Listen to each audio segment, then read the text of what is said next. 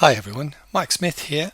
In this video I want to give you a brief overview of a software tool which I've been working on called ESL Lesson Architect, and this is version 4 that I'm working on at the moment. The idea behind this software is to produce lesson plans and handout material for English language students, and not just a simple handout but a very comprehensively designed package of material. And so let's get started and see what it does and how it works.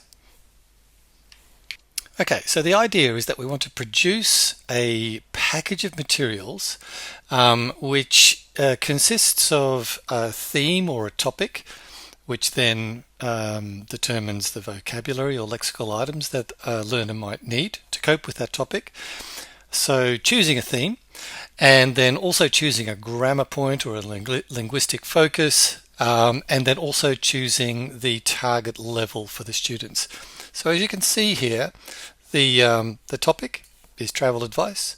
The language point that I've chosen for this example is modals and conditionals, which kind of relates to or corresponds with advice.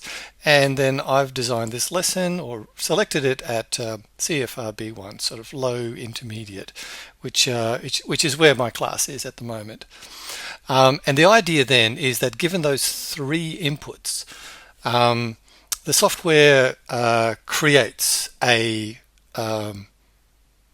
digestible list of lexical items, so 20 to 25 words or expressions or phrasal verbs that the learner might need to cope with this topic, and then using those lexical items creates a reading text, and then that text is also presented as a gap fill, same text but with the gap fill, so that can be used as a learning activity here, and then based on the text you have a comprehension question set here, so that becomes a reading activity. And then we start to play with some of the activities that you would typically find in a use of English paper for a B2 level or first certificate level Cambridge use of English. And so we have, for example, a word formation activity, and then also an open close, which tends to focus on determiners and quantifiers and prepositions and such. Yep. And then also a closed, like normal multiple choice question, and all of this is thematically linked and also lexically linked to the settings that we have actually requested. And then my favorite, the sentence transformation. And as you may know, we have different varieties of sentence transformations, but this is focused on the requested language point. Okay, so you get those activities, you get a detailed answer key, and then while we're at it, we also give ourselves a teacher's lesson plan, and then also at the end we have an image prompt that will help us to generate images for this lesson so that it's not just a text-based handout. So that's the idea here. We want to create a document like that, and also you may notice that I've included some other bits and pieces. For example, that list of vocabulary, I've made a Quizlet out of that, and so that's here displayed as a matching activity, and so then I've created a QR code for that and then inserted that into the document. And then also I used an AI image generator to create this from that prompt that I showed you earlier, and then also scrolling down a little bit further, oops, too far, the reading text. From this text I've created an audio file, and then hosted that audio file in a location where I can create a QR code. There's the QR code for that, so the students can actually listen to the audio that I've created based on this text. For that purpose, I've also created an audio generator, and I created this tool because I wanted a little bit more control over audio for specific purposes at a particular level, given a particular accent. So this is one of the tools that I've created. And just as an aside, I've also created a version of this that allows two people speaking in a dialogue. So if I were to create a dialogue, I can create audio from that as well. Pop that into the document as well. In this particular case, I've only got a monologue, but I have produced dialogues as well. Okay, so having also created that lexical list, which kind of looks like this, the various columns can be exported and used to populate other tools, not just Quizlet as I've done here, but also WordWall as I've done here, and Bluekit as I've done here, and Kahoot, for example, and other tools that you might be using. In addition, I've also got a crossword generator, which again I've created for this purpose. So I can create a crossword here for my students, print that out, and a word search as well.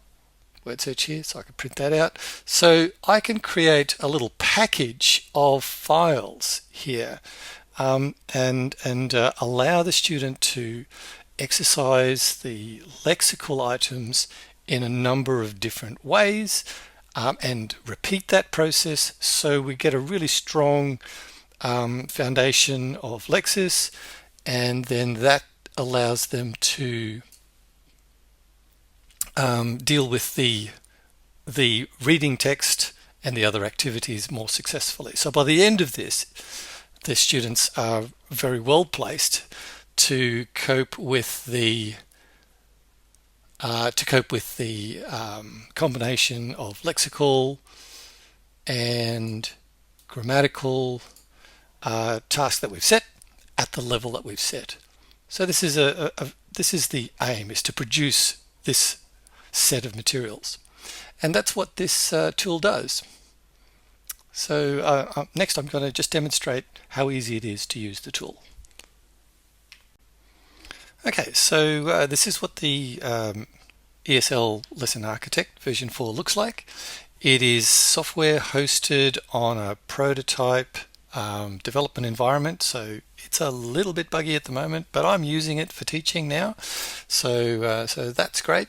At the top we've got some instructions and a bit of a description as to the key features, and also links to the tools that I tend to use to create the package of materials, and a how-to video there just to explain how that works. Let me just zoom out a little bit so you can see the working area. The working area is here. So you put your contextual topic in this box, your grammar point in this box, and you select the level that you want here, and then you press the big button and off it goes, and it creates the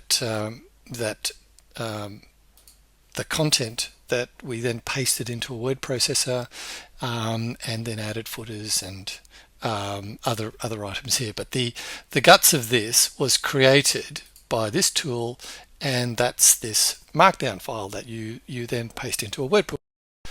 And the lexical list, this spreadsheet here, or it's actually a text file, comma separated variable file, which can be opened in a text file, that was generated by this tool. So you press the button and then you download the two files, and then you just go from there and create all the other stuff.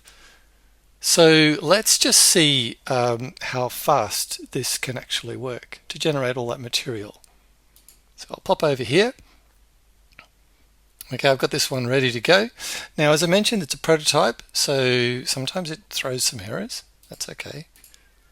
So I'll press this button here, and okay, that's fine. We'll just press the button again. This is simply because, as I said, we're in a prototype environment. Now, it seems to be going okay, and as you can see, it's consuming AI tokens here. It's streaming connected to the AI agent in the background, and this document is being built here. You can see its length is growing, and so we'll just wait for this to finish in real time here to give you an idea, and there it's done. So you see, that's how quickly all of this material is actually generated given the inputs. And then we download these two files, save them, and then manipulate those files to create the package of materials that we were after. Voila. So that is the ESL lesson architect that I've built, and it's going really well. I am going to add a couple more features for the next version, such as, for example, a speaking activity and a writing activity. But at the moment, I'm very pleased, and the students are really responding very well to the content. Thanks very much.